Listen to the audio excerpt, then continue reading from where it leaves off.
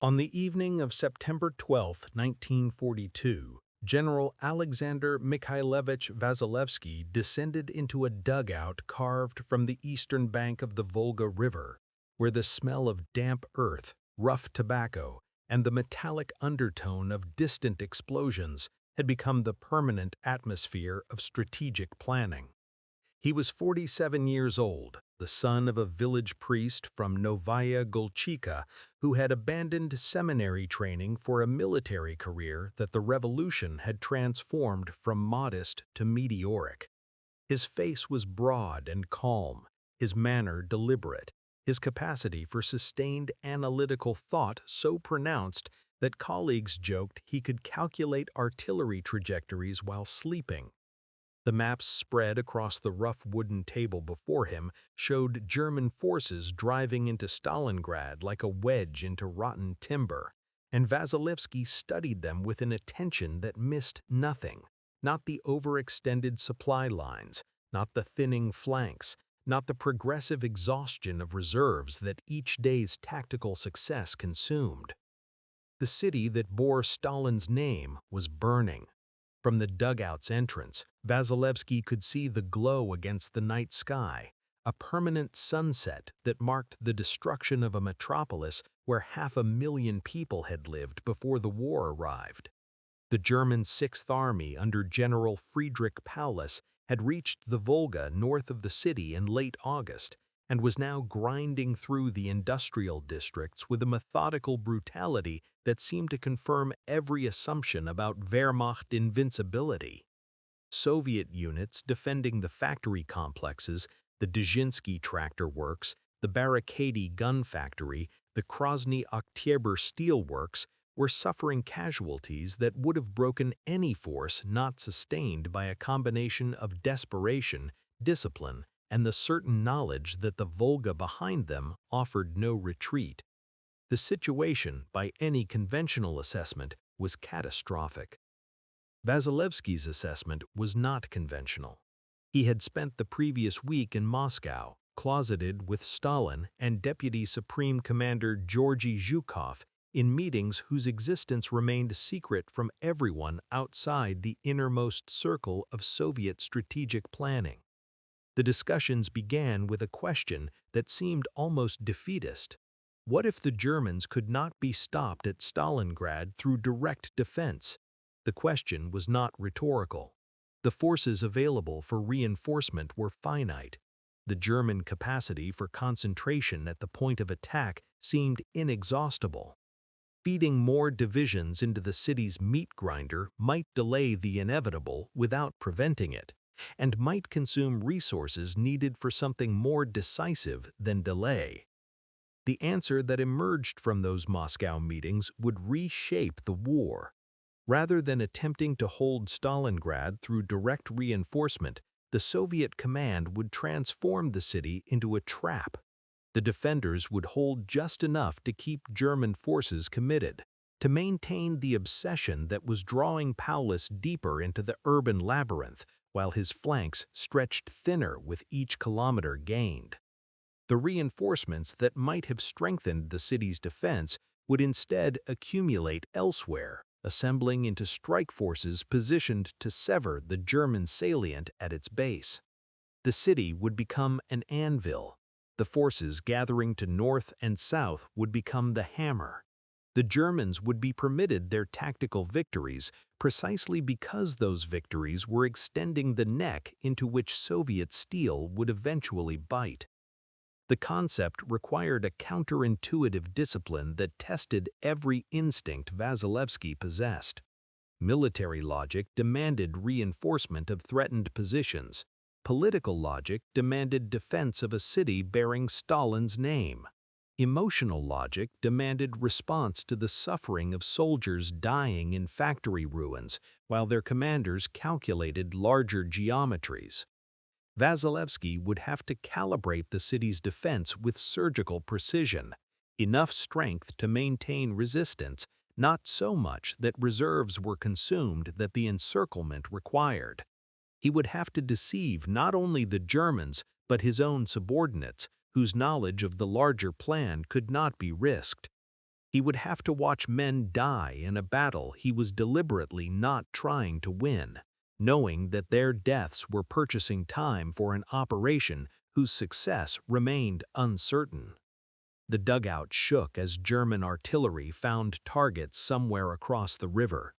Vasilevsky marked positions on his map with the methodical patience of a man who understood that the battle visible from his command post was not the battle that would determine the war's outcome.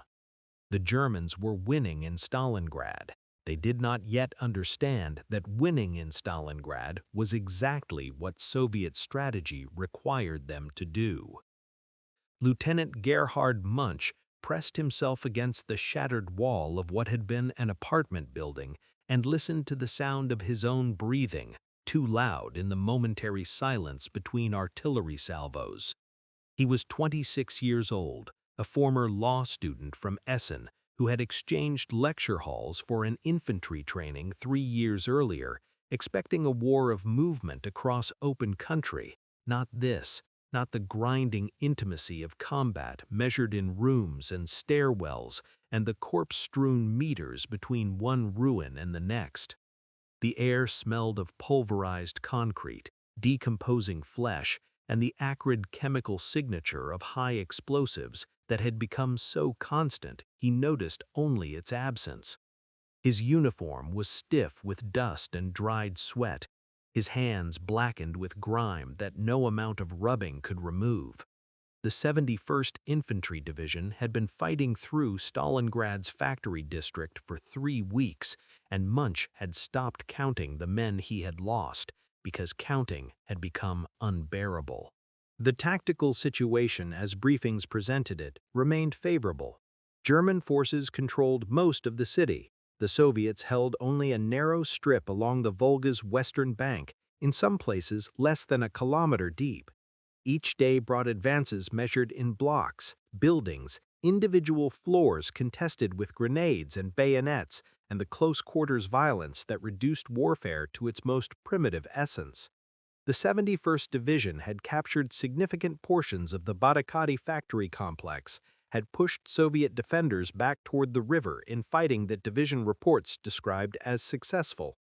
Münch read these reports when he could obtain them and recognized their accuracy while understanding their irrelevance. The ground gained cost more than the ground was worth.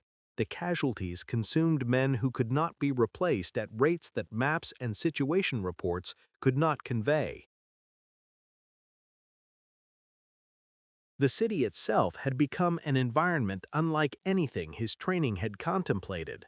The German army had perfected combined arms warfare across the open terrain of France and the Western Soviet Union, coordinating tanks, artillery, and infantry in sweeping maneuvers that encircled and destroyed enemy formations with mechanical efficiency. None of that doctrine applied here. Tanks became death traps in streets choked with rubble, their mobility negated, their thin top armor vulnerable to grenades dropped from upper floors. Artillery could destroy buildings but could not clear them. Soviet soldiers emerged from cellars and sewers to reoccupy positions that bombardment had supposedly neutralized. The close quarters negated German advantages in firepower and communication, reducing combat to attritional struggles where the defender's knowledge of terrain outweighed the attacker's superiority in equipment. Münch had learned lessons in Stalingrad that no classroom could have taught him. He had learned that a single sniper could pin down a platoon for hours, that a machine gun in a factory window could make an entire street impassable, that rubble piles that looked identical concealed dramatically different tactical situations. He had learned that men could fight for days without sleep, could function on rations that would have seemed starvation in peacetime, could watch friends die and continue advancing, because stopping meant dying, and advancing meant at least the possibility of survival. He had learned that the Soviets defending these ruins possessed a determination that defied every assumption German intelligence had made about Russian military capability. They did not surrender when surrounded. They did not break when bombarded. They fought for every room with a ferocity that made each building a separate battle. The progress his division reported concealed a hemorrhage that statistics could not capture. The rifle companies that had crossed the Don River in August with 180 men each now fielded fewer than 50. The junior officers who had led platoons into the city were dead or wounded, replaced by sergeants who were themselves becoming scarce. The reinforcements that arrived from Germany were younger, less trained, and died faster than the veterans they were supposed to supplement. Münch understood, with the clarity of a man who saw the war from company level rather than army headquarters, that each building captured extended the German position into a salient whose flanks he could not see and whose vulnerability no one above him seemed to recognize. He did not know, could not have known, that his tactical perspective was precisely what Soviet planners were counting on. The fighting that consumed his days and haunted his nights served purposes invisible from his position in the rubble. Every German division drawn into Stalingrad was a division unavailable for flank defense. Every reserve committed to the street fighting was a reserve subtracted from the forces that might respond to threats developing elsewhere. Münch was experiencing the interior of a trap whose dimensions he could not perceive, and his experience, multiplied across the thousands of German soldiers fighting the same battle, was exactly what the trap required. The trap's design emerged from conversations held in Moscow during the second week of September, in rooms where the smell of strong tea and Stalin's pipe tobacco masked the exhaustion of men who had slept little since June. Vasilevsky had flown from Stalingrad to participate in meetings whose secrecy was so absolute that even senior commanders at the front remained unaware of their occurrence. The participants numbered fewer than a dozen: Stalin, Zhukov, Vasilevsky, and the handful of staff officers whose technical expertise the planning required. The question before them was not whether Stalingrad could be held. The question was whether holding Stalingrad was the correct objective at all. Zhukov had posed the alternative with characteristic bluntness. The German Sixth Army was driving into a city that geography made indefensible by direct means. The Volga at Stalingrad ran north-south, offering the defenders no depth for maneuver, no space for the elastic defense that Soviet doctrine prescribed. Reinforcing the city meant feeding divisions into a corridor where German firepower advantages were maximized and Soviet mobility advantages were negated. The calculus favored the attacker in ways that no amount of heroism could overcome. But the same geography that made the city difficult to defend made the German position difficult to sustain. The Sixth Army's supply lines stretched westward across hundreds of kilometers of open steppe. Its flanks were held by Romanian and Hungarian armies whose equipment, training, and motivation were markedly inferior to German standards. The deeper Paulus drove into Stalingrad, the more vulnerable his position became to forces striking not at the city, but at the shoulders of the salient his advance had created. Stalin listened with the attentiveness of a man whose previous military interventions had produced catastrophe.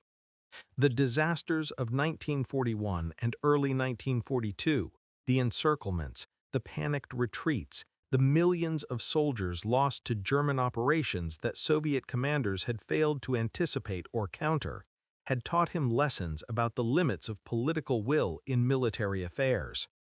He had learned, painfully, that ordering positions held did not make them holdable, that demanding offensives did not make them successful, that the relationship between command and capability was more complex than revolutionary ideology suggested. The plan Zhukov and Vasilevsky proposed required patience that Stalin's temperament resisted, and trust in subordinates that his nature found difficult. It also offered something that direct defense could not: the possibility of victory rather than mere survival. The operational concept took shape across multiple sessions that stretched into the early morning hours. Soviet forces would maintain pressure in Stalingrad sufficient to keep German attention fixed on the city while strategic reserves accumulated on the flanks. The buildup would occur in conditions of absolute secrecy, with movements conducted at night, concentrations dispersed to prevent aerial detection, communications discipline maintained to prevent signals intelligence from revealing the preparations. The target date was mid-November, when the ground would freeze hard enough to support armored operations, but before the deep winter that would complicate logistics. The objective was not to relieve Stalingrad, but to encircle it, to trap the German forces inside the city they had fought so hard to capture. Vasilevsky received responsibility for coordinating the operation's southern component, the forces that would strike from positions below the city toward Kalach, where linkage with northern forces would complete the encirclement. The assignment placed him at the critical junction of planning and execution, responsible both for the strategic design and for ensuring that the forces assembled could accomplish what the design required.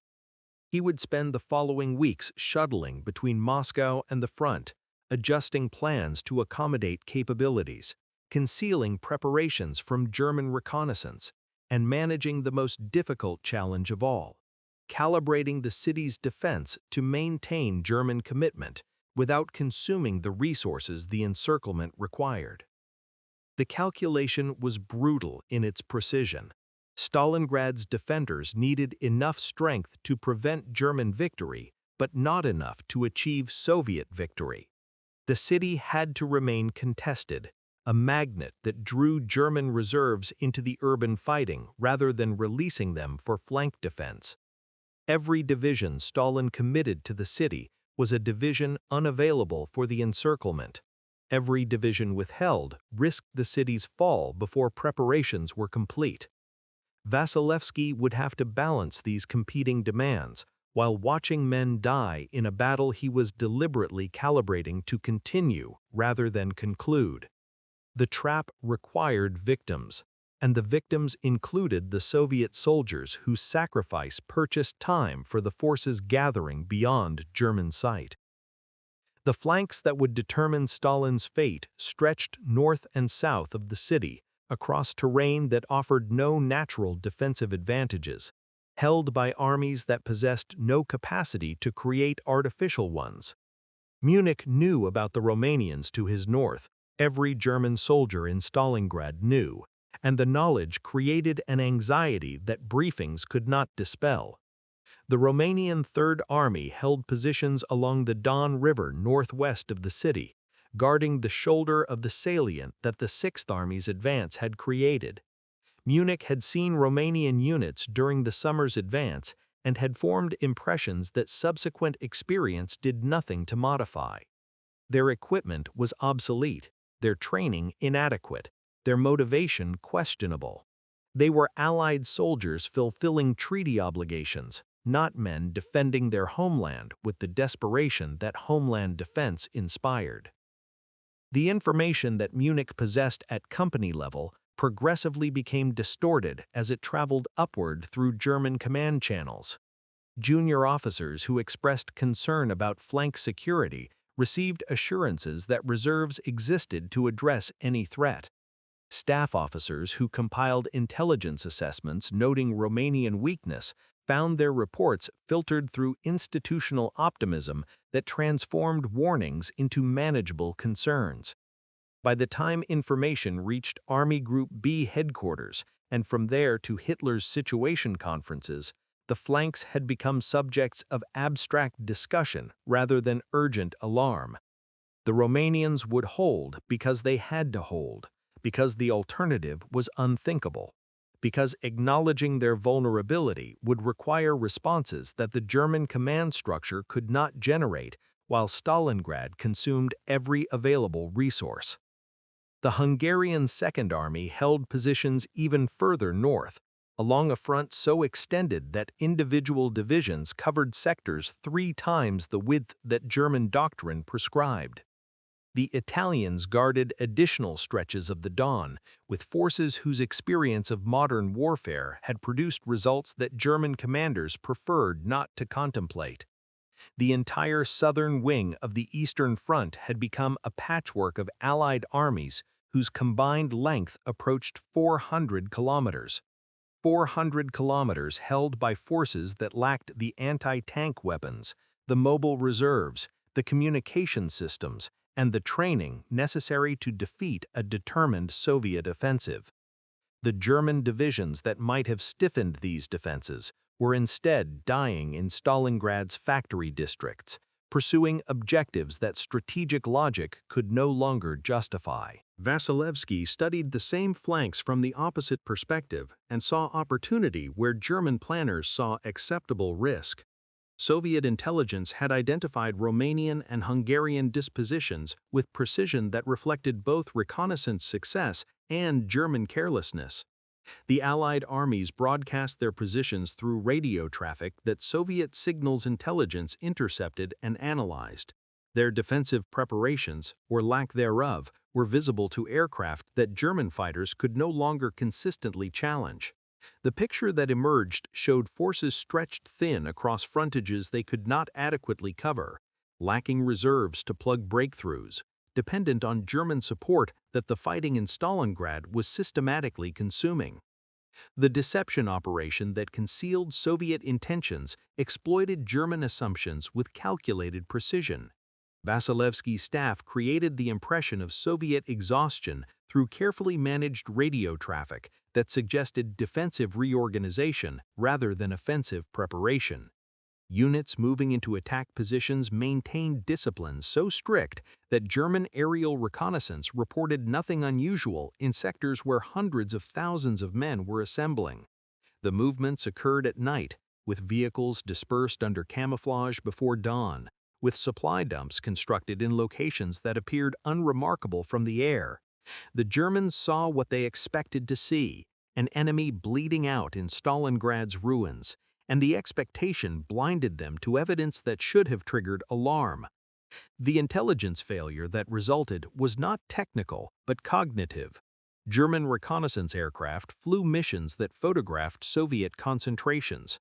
German signals intelligence intercepted communications that hinted at offensive preparations. German agents reported troop movements that defied innocent explanation.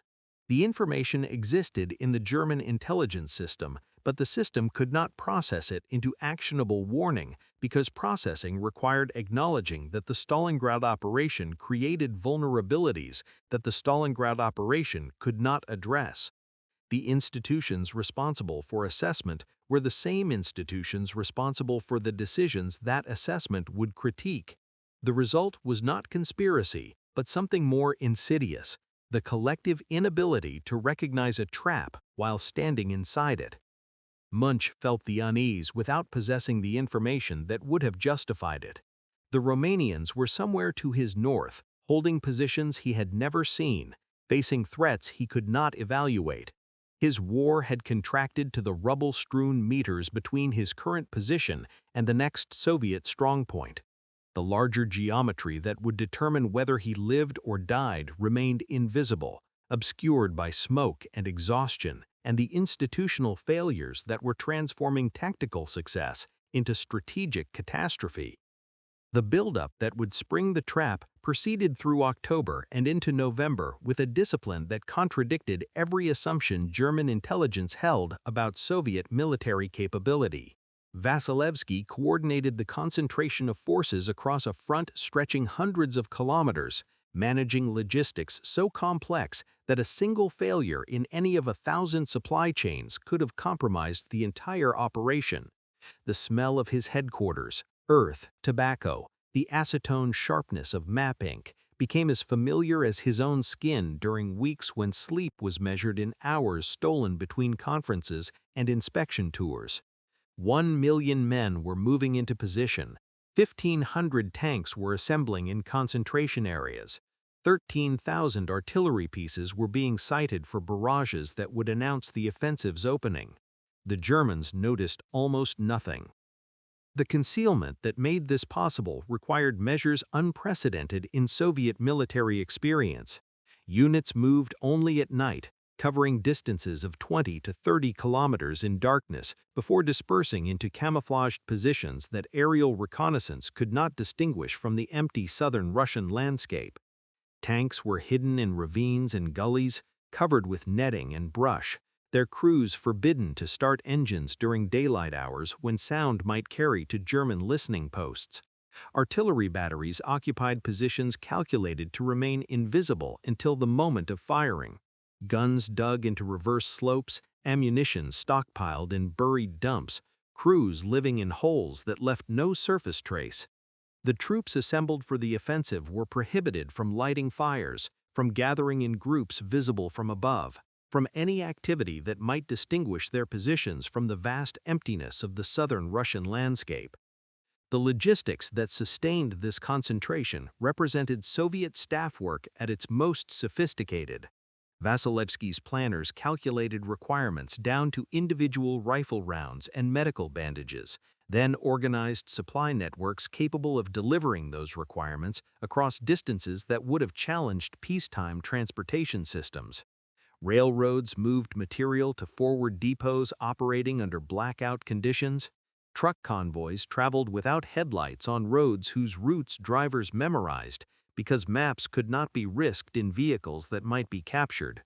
River crossings were conducted on ferries and pontoon bridges that were dismantled before dawn and reconstructed after dark.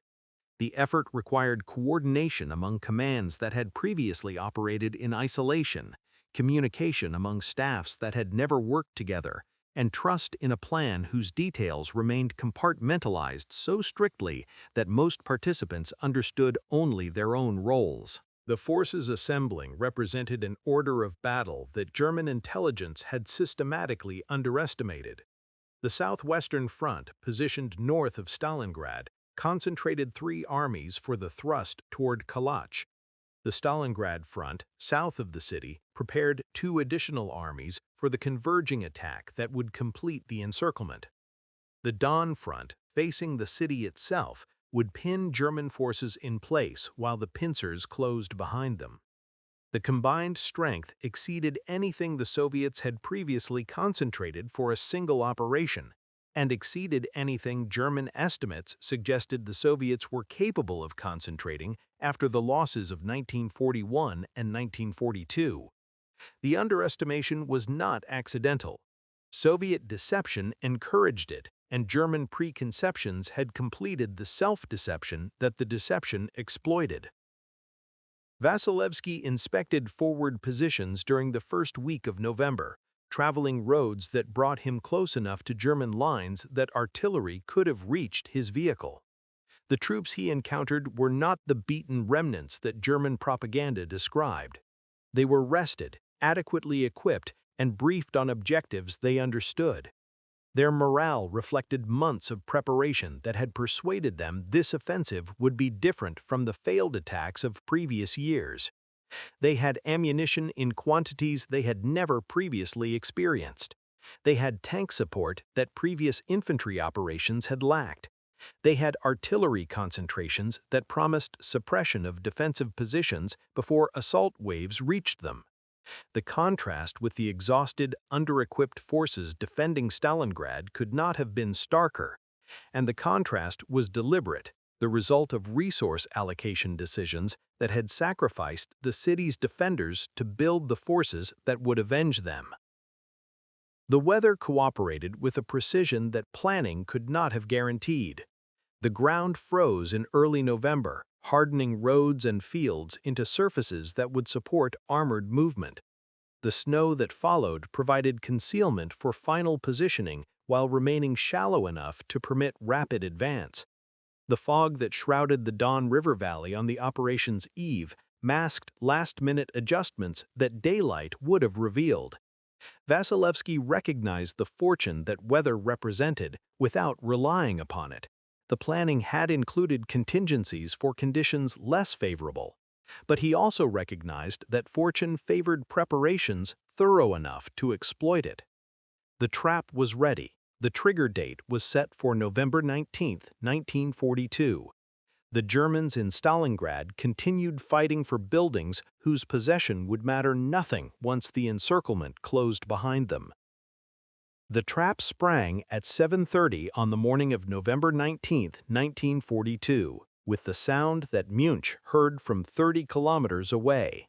He was in a cellar in Stalingrad's factory district, attempting to sleep through the few hours his duties permitted, when the floor began to vibrate with a rhythm that was not artillery, not the intermittent percussion of bombardment he had learned to ignore, but something continuous, something that suggested the earth itself was being systematically destroyed. The sound reached him as a low rumble that built and sustained and did not diminish, a noise so vast that his mind could not initially process its meaning. He climbed from the cellar into a morning fog that obscured everything beyond 100 meters, and he stood listening to a battle he could not see, fought by forces whose existence he had not suspected, in positions whose location he could only estimate by the direction from which the sound traveled. 3,500 Soviet guns opened fire simultaneously along the Romanian Third Army's front northwest of Stalingrad. The barrage represented the largest artillery concentration the Eastern Front had yet witnessed, one gun for every 4 meters of front, firing for 80 minutes at positions whose defenders had no adequate response. The Romanian divisions holding the Don River line had dug trenches and constructed bunkers that German doctrine would have considered minimally adequate. But German doctrine assumed German troops with German weapons and German reserves. The Romanians possessed none of these. Their anti-tank guns were too few and too light. Their artillery was outranged and outweighed. Their infantry crouched in positions that Soviet shells systematically erased, waiting for an assault they could not repel. Vasilevsky monitored the offensive's opening from a command post positioned to receive reports from both the northern and southern pincers. The smell of the dugout had changed.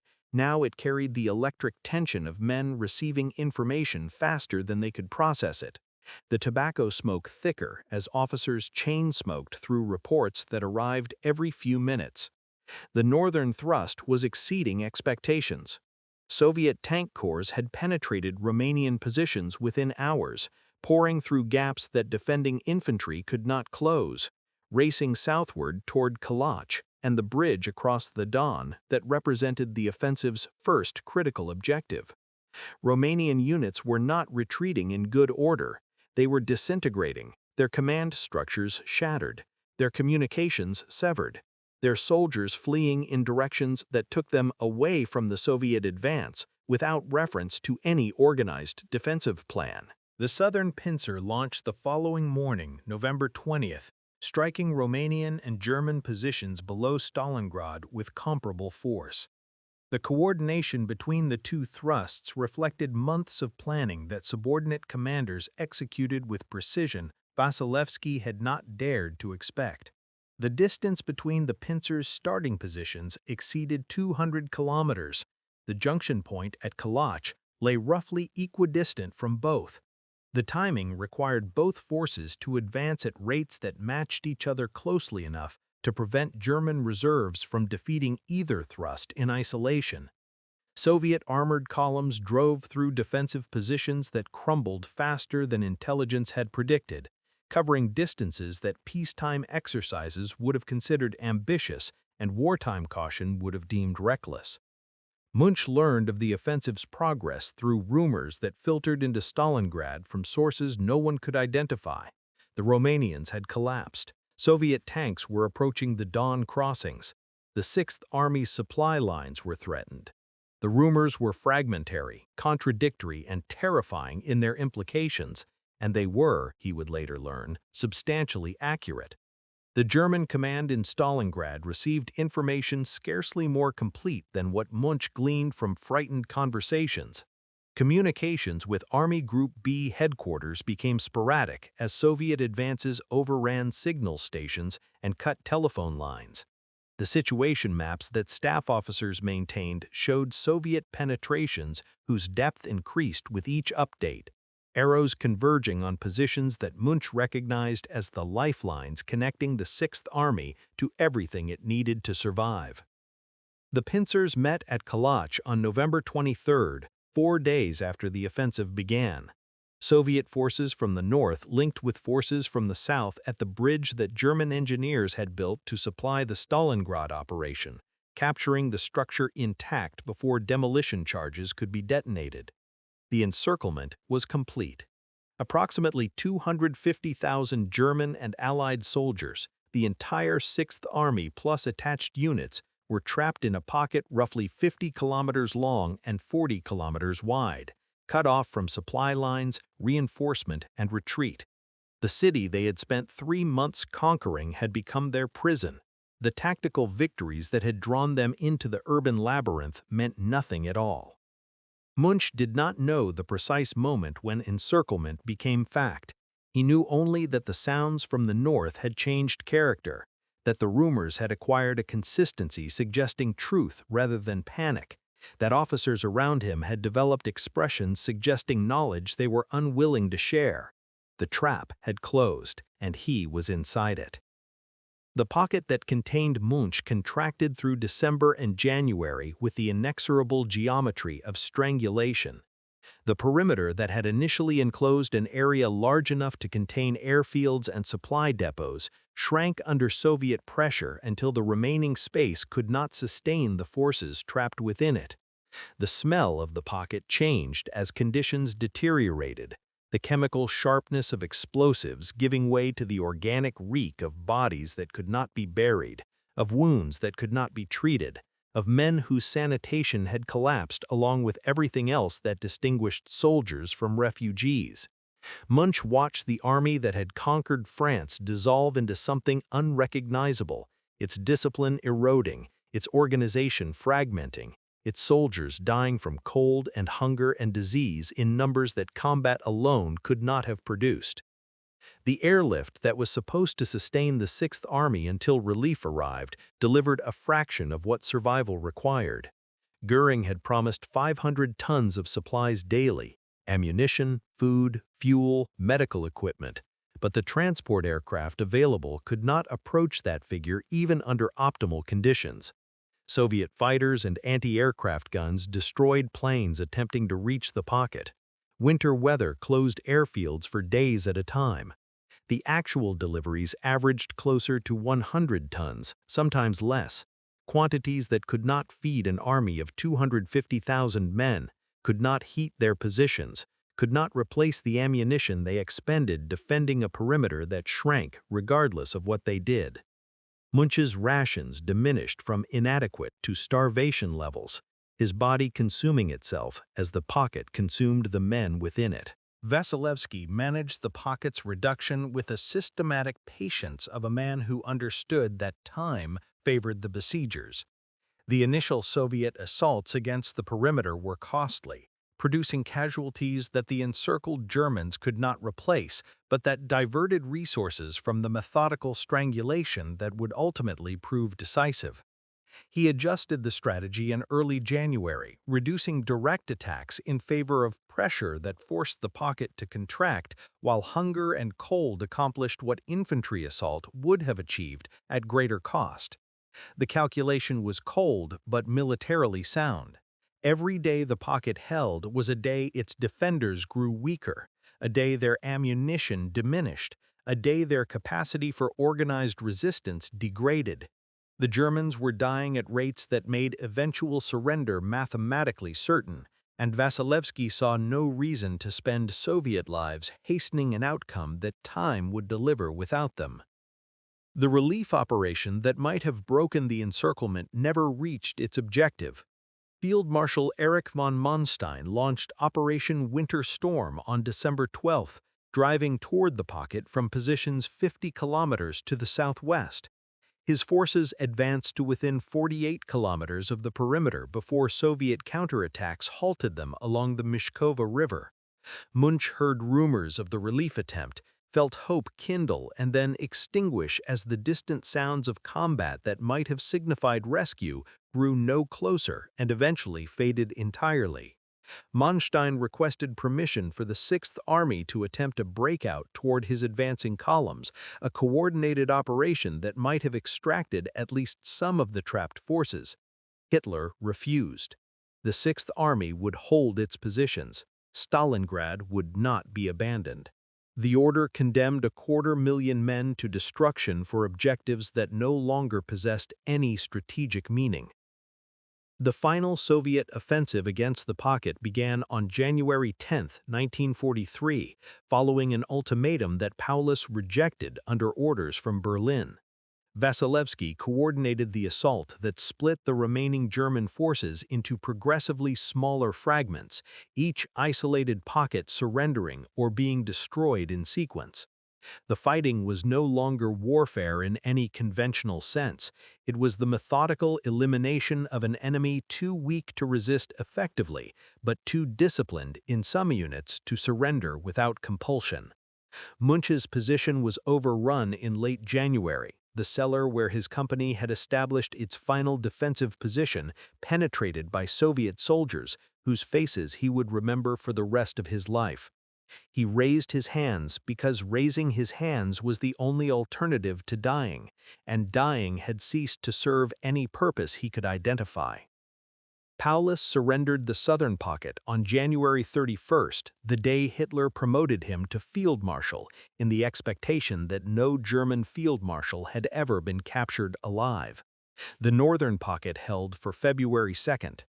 The silence that followed the final shots was unlike anything Münch had experienced, a silence that marked not merely the end of combat, but the end of an army, the end of a campaign, the end of assumptions about German military supremacy that Stalingrad had demolished along with the men who had embodied them. Approximately 91,000 Germans marched into captivity from the pocket's remnants. The remaining 160,000 had died during the siege, from combat, from cold, from hunger, from wounds that could not be treated, from the cumulative effects of conditions that no human body could indefinitely sustain. The camps where Münch spent the following decade occupied locations in the Soviet interior whose names meant nothing to him, and whose landscapes offered no reference points for a man raised in the industrial Ruhr. He worked in mines and construction projects, labor that German prisoners provided as partial compensation for the destruction Germany had inflicted on Soviet territory. The work was brutal, the conditions primitive, the food inadequate, but the conditions were also survivable for men whose bodies had already demonstrated capacity to endure what should have been unendurable.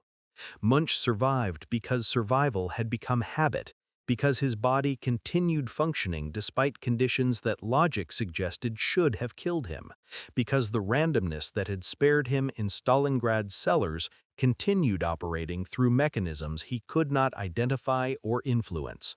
Vasilevsky's war continued long after Stalingrad's conclusion. He planned and coordinated Operation Bagration in 1944, the destruction of Army Group Center that applied Stalingrad's lessons on a scale that dwarfed the original. The same principles that had trapped the Sixth Army, the fixing of enemy attention on one sector while decisive forces accumulated elsewhere, the targeting of weak Allied flanks, the encirclement that converted tactical positions into prisons, destroyed German forces across Belarusia, in a campaign that advanced the front line hundreds of kilometers in weeks. He became a Marshal of the Soviet Union, one of the war's most decorated commanders.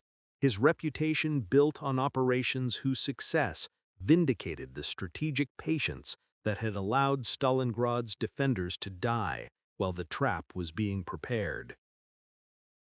The post-war years brought Vasilevsky responsibilities that extended beyond the battlefields where his reputation had been made. He served as Minister of Defense, managed the Soviet military establishment through the early Cold War, and participated in the institutional consolidation that transformed wartime expedients into permanent structures. His memoirs, published decades after the events they described, presented Stalingrad as the turning point that retrospective analysis confirmed it to be, the moment when German strategic initiative passed permanently to Soviet hands, when the war's outcome became inevitable, even though years of fighting remained. The memoirs did not dwell on the men who died in the city's ruins while the trap was being prepared, the soldiers whose sacrifice had been calculated into operational plans that required their destruction to succeed.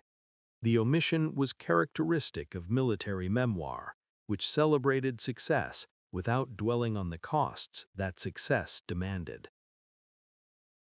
Münch returned to Germany in 1955, released under agreements that repatriated the surviving prisoners of a war that had ended a decade earlier. The country he returned to bore little resemblance to the one he had left. The cities rebuilt, the economy recovering, the war itself receding into memory that younger Germans increasingly preferred not to examine. He did not speak of Stalingrad for many years. The experience resisted narration, defied the frameworks that storytelling required, existed in memory as fragments whose relationship to each other could not be articulated in language that listeners would understand. He married, built a career, constructed a life that bore no visible connection to the cellars and the columns and the camps that had consumed the years between his youth and his middle age. The testimony he eventually provided to historians, to documentary filmmakers, to the institutional memory projects that sought to preserve witness accounts before the witnesses were gone, described experiences that contradicted the narratives both German and Soviet historiography had constructed around Stalingrad. He had not experienced the battle as a turning point, had not understood his suffering as historically significant, had not perceived the strategic trap whose interior he had inhabited. He had experienced cold, hunger, fear, and the progressive dissolution of everything that had given his life structure and meaning. The significance came later, imposed by analysts whose distance from events permitted perspectives that participants could not share. Vasilevsky died on December 5, 1977, in Moscow at the age of 82. His funeral was a state occasion, his coffin carried through streets lined with veterans who remembered what he had accomplished and civilians who had been taught to honor it. The strategic trap he had designed and executed at Stalingrad remained studied in military academies worldwide, its principles analyzed and adapted and applied to conflicts whose technologies would have been unrecognizable to the men who fought with rifles and tanks across the frozen steppe. His legacy was institutional, embedded in doctrine, preserved in archives, transmitted through training programs that carried his insights into futures he would not witness. Münch died on March 14, 2008, in Germany at the age of 92.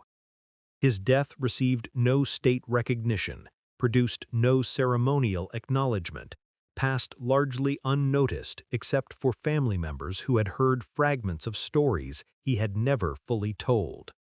He had been a lieutenant in a war that ended 63 years earlier, a prisoner in camps whose locations most Germans could not identify, a survivor of experiences that survival itself could not redeem. The trap that Vasilevsky had designed and Münch had inhabited had shaped both their lives in ways that neither could have anticipated. The architect honored, the victim forgotten, both of them carried by currents whose true dimensions only history could perceive. The Stalingrad trap worked because Soviet planners understood what German planners could not admit, that the city's capture had become an objective whose pursuit guaranteed the conditions for catastrophic defeat. The trap worked because German institutional failures prevented recognition of vulnerabilities that Soviet deception exploited but did not create. The trap worked because strategic patience, the willingness to sacrifice defenders while preparations proceeded elsewhere, produced concentrations that German intelligence could not detect and German forces could not counter. The model that Stalingrad established would be applied repeatedly across the war's remaining years, each application demonstrating that the lessons of November 1942 had been learned by one side and ignored by the other. The men who died inside the trap died for objectives that their deaths rendered meaningless. The men who designed the trap achieved objectives that their design made inevitable.